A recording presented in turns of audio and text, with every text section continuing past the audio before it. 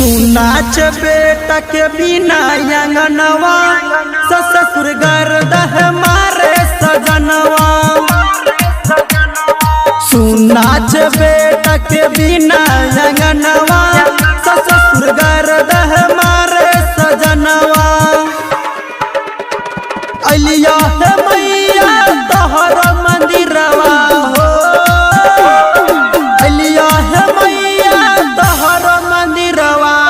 दादा ना गोदी में एगो लालनवा।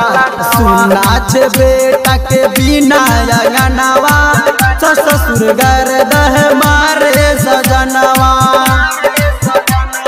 सुनाच बेटा के बिना अंगनवा ससुर गर्दह मारे सजनवा। अलिया है मैया तोहर मंदिरवा हो, अलिया है मैया तोहर मंदिरवा। गदन गोदी में एगो लालनवा। सुनाच बेटा के बिना अंगनवा ससुर गर्दह मारे सजनवा। सुमित सतीश रैनी, सुमित सतीश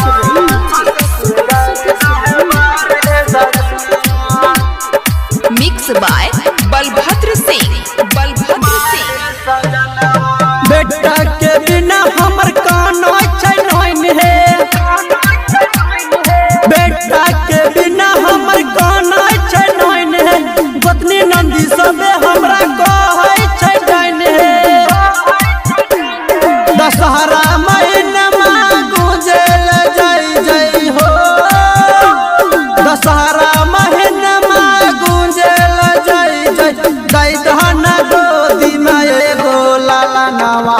सुनाच बेटा के बिना अंगनवा ससुर गर्दह मारे सजनवा। सुनाच बेटा के बिना अंगनवा ससुर गर्दह मारे सजनवा। सुमित सतीश रैनी, Sumit Satish presented by PM Recording Studio, Alamnagar, Madhepura. बेटी तोरा मांगे छा तोरा से भिक्षा, बेटी तोरा मांगे छा तोरा से भिक्षा। अब कितना लब मैया हमरा से परीक्षा हो। बालकृष्ण है मैया गावे छ भजनवा हो, बालकृष्ण है मैया गावे छ भजनवा। दई दहन गोदी में एगो लालनवा।